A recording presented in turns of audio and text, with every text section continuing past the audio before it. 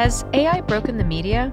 It's a question I was asked to explore at this year's Web Summit, Europe's largest tech conference, alongside the New York Times' Seward, the editorial director of AI, and the Financial Times head of digital, Matthew Garrahan. I'm Jennifer Strong, and this is Shift. Now here on the steering column is a device called Auto Cruise. You simply set the speed you want. Self-driving robo-taxis are already on the road in 2 U.S. cities. As the disk rotates, a mirror reflects the light in the way that depends on how the signal was recorded. This is the 100 terabyte empty core. I present to you Electro, the Moto Man. Ladies and gentlemen. I would say that one of my greatest skills is my ability to interact with humans. This episode, we hear from top editors about AI's impact on the news business.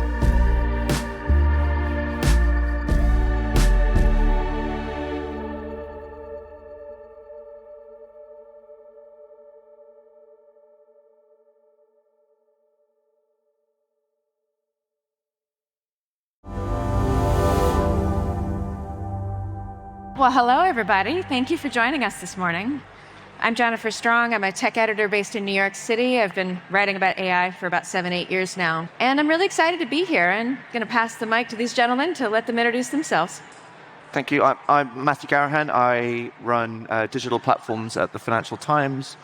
Had a long career in the newsroom and have been grappling with how we implement AI across the newsroom the last 18 months or so. And I'm Seward. I am the editorial director of AI initiatives at the New York Times, which means I oversee a small team in the newsroom that's responsible for prototyping potential uses of AI for both our colleagues in the newsroom as well as our readers. All right, so we're going to start with some of the basics here. I think three of us on the stage can agree that AI has not broken the media. The media was breaking probably since start of the internet, right? And the death of classified ads. But it's certainly having a huge impact on media and journalism writ large. A lot of opportunities, a lot of potential pitfalls, and we're going to try to do our best to lay some of that out for you. But to start with, how are you using AI in your newsroom? Well, at the FT, my boss, the FT editor, Rula Khalaf, wrote a note to readers about 18 months ago, laying out our AI approach, and I think a lot of people picked up on it, and other titles did similar things. But it was quite important to set some principles about how we were going to use AI.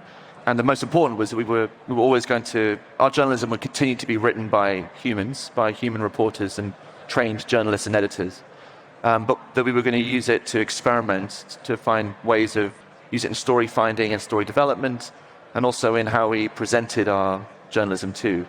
And we've been running several experiments since then, the editorial team's working with colleagues in our product and tech department, with cross-departmental function, and we're looking at how best to deploy it and how we can get it in front of readers in a way which supplements our journalism and helps us find new types of story. For us, there's really been 3 areas of focus, and actually I should start with an area that has not been a focus of ours, which is really have no interest in using Gen AI to write our articles. And we took that off the table right away, writing some principles, probably similar to what Matt was talking about, put that aside, but also laid the groundwork for how we would experiment with pretty much anything else.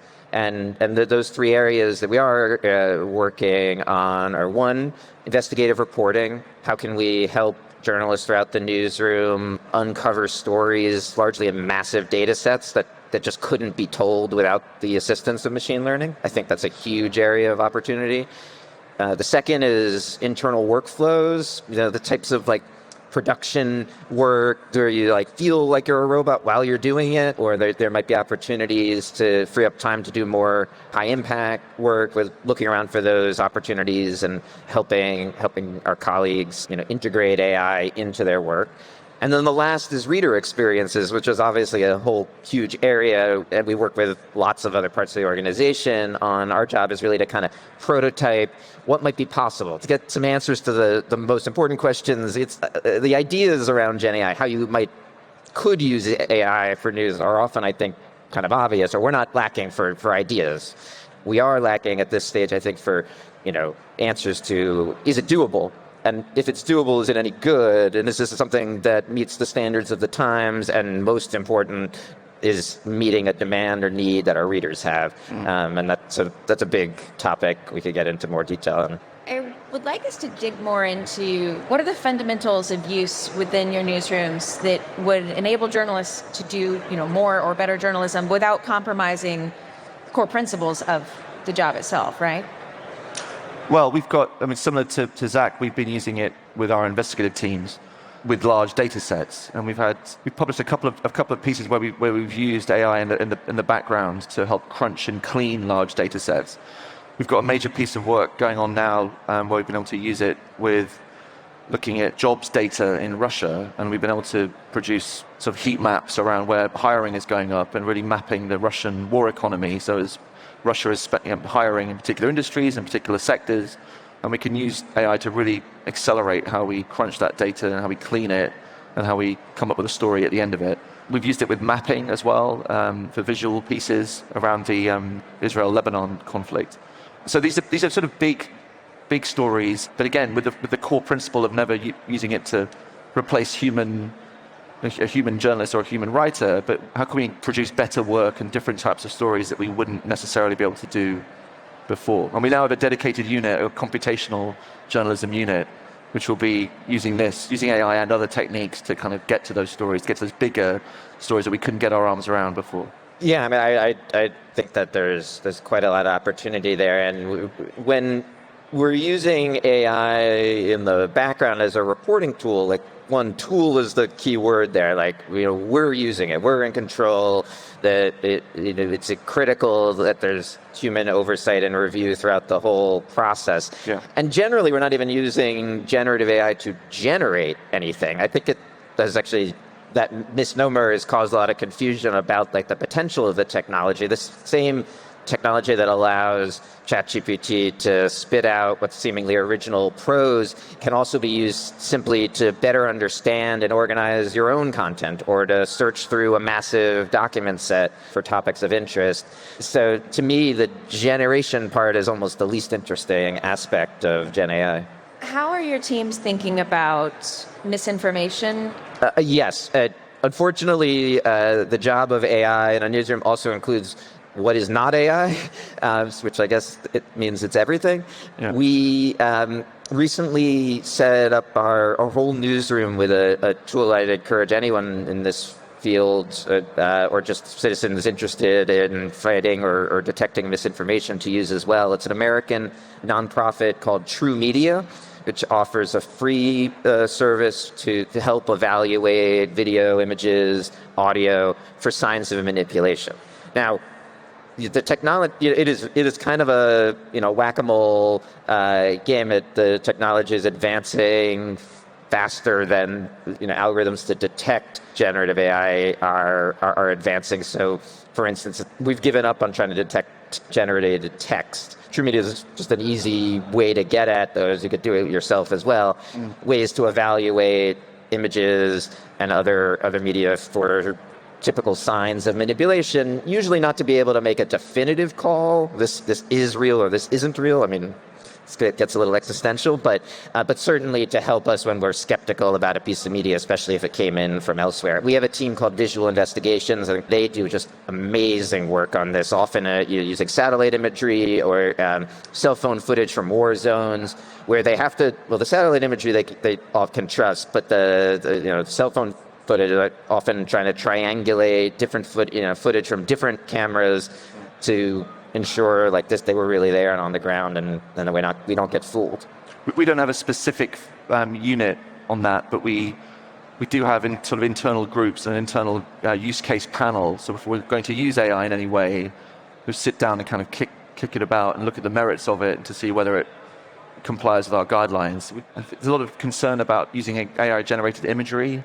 So we don't do that unless it's gone, anyone who wants to use that has to come to our panel to be looked at properly, because we're concerned about copyright infringement and things of that nature. But there are very good, the tool you're mentioning, or the unit you have, and BBC Verify does a really good job of this as well, at fact-checking and kind of finding looking at fake news and misinformation.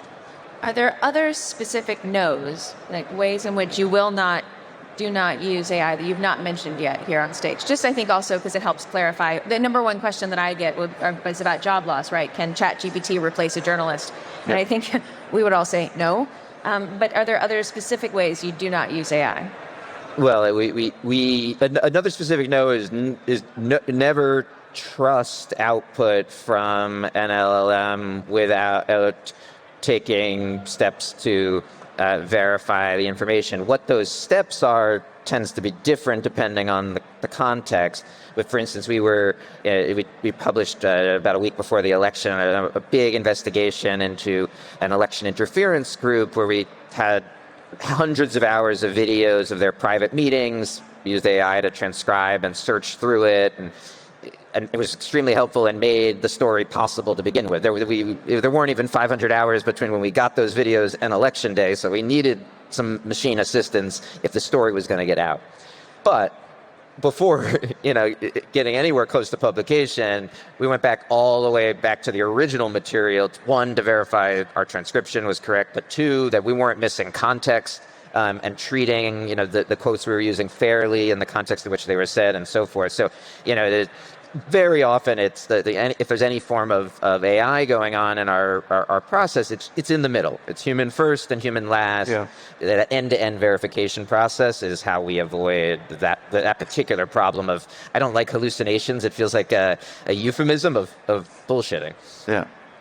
I mean, it's the same for us. We won't put anything in front of readers that's AI generated without a human editor checking it. So we're currently experimenting with bullet point summaries on our stories. We want to see if summarizing the story with an AI-generated set of bullets will make that particular story more engaging or less engaging for our readers, so we can roll it out across the newsroom if it is, and not bother if it isn't. But we have editors producing these summaries and reading them and checking them, and there'll be a disclaimer. I mean, we haven't touched on that yet, but again, one of the things we're committed to doing is if we do end up putting substantially generated content that's remixed or that uses our library or uses our already published material, there will be a clear disclaimer telling the reader that this was produced using an AI tool or produced using an AI assistant, but with a human editor overseeing the whole thing at the end. And that's the thing. If there's a takeaway from this discussion about AI at large media institutions, if only the applications that I saw in the wild were as carefully looked after as we do in our newsrooms. After years of fine print and hidden fees, if I've learned anything about phone plans, it's that there's always a catch. That's until I tried Mint Mobile. It's $15 a month when you purchase a 3-month plan. I used to pay $50 a month for the same plan with a big-name carrier, but Mint sells wireless service online. They don't have retail stores or salespeople. All plans come with high-speed data, plus unlimited talk and text, delivered on the nation's largest 5G network. You can keep your number and your phone, and it took only a few minutes to switch in the Mint Mobile app. And if you travel a lot like I do, you'll appreciate the free international calls and deeply discounted travel data. To get this new customer offer and your new 3-month unlimited wireless plan for just $15 a month, go to mintmobile.com/shift. That's mintmobile.com/shift. Cut your wireless bill to $15 a month at mintmobile.com/shift. $45 upfront payment required, equivalent to $15 a month. New customers only. Speed slower above 40 gigs on unlimited plan. Additional taxes, fees, and restrictions apply. See Mint Mobile for details. I want to go back to what you were starting to say about transparency and disclosure. What are your policies for both of you around that? Well, we have a similar commitment as the FT, and have made public our policy to be transparent about any use of AI in the newsroom. Where the debates have tended to be is like where and in what form that disclosure should come. So, for instance, we might use an LLM to draft some suggested SEO headlines, so search engine optimization headlines, and let an editor pick one and edit from there before it gets published. Do we need to put like a big red AI drafted label next to that headline? I mean, we're not doing that. We have a page on our site that explains we sometimes do that, and I think that's sufficient. Yeah.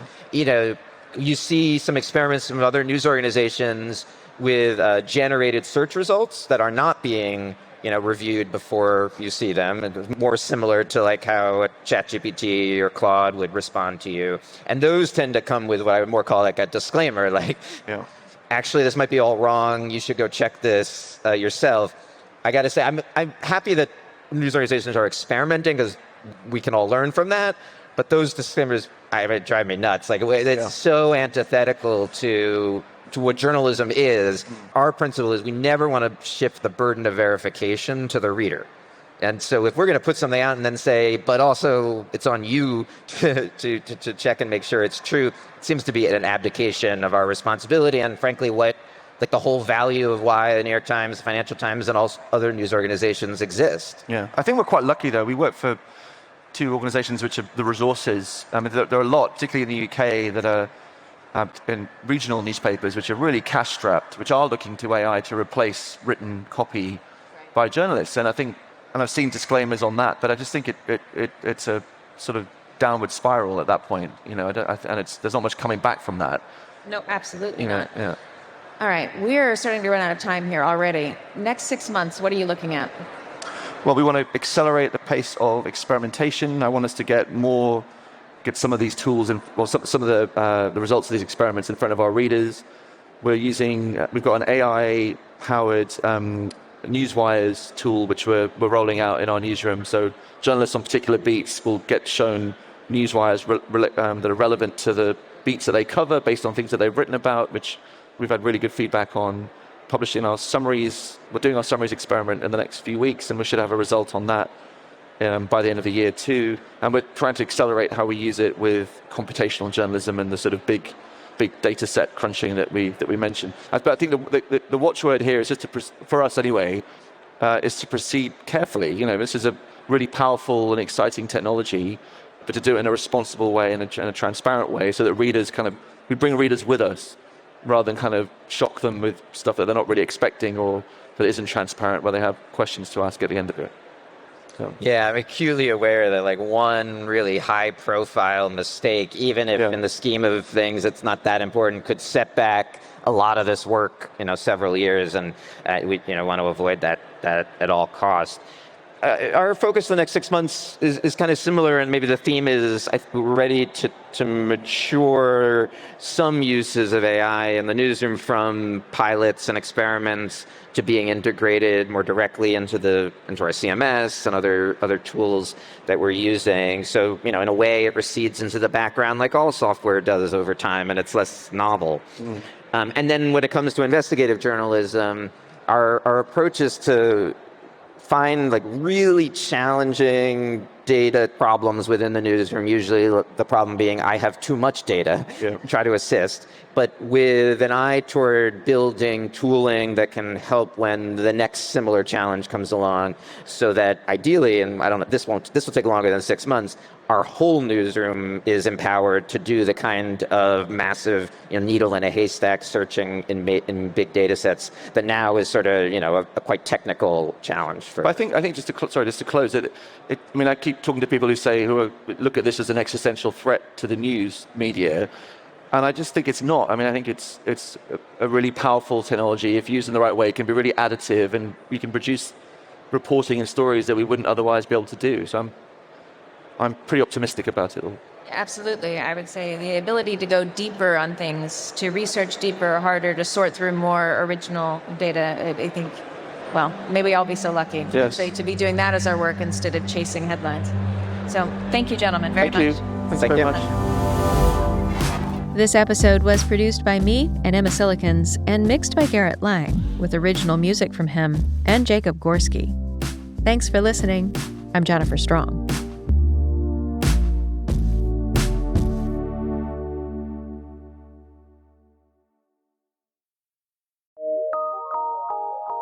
From PRX.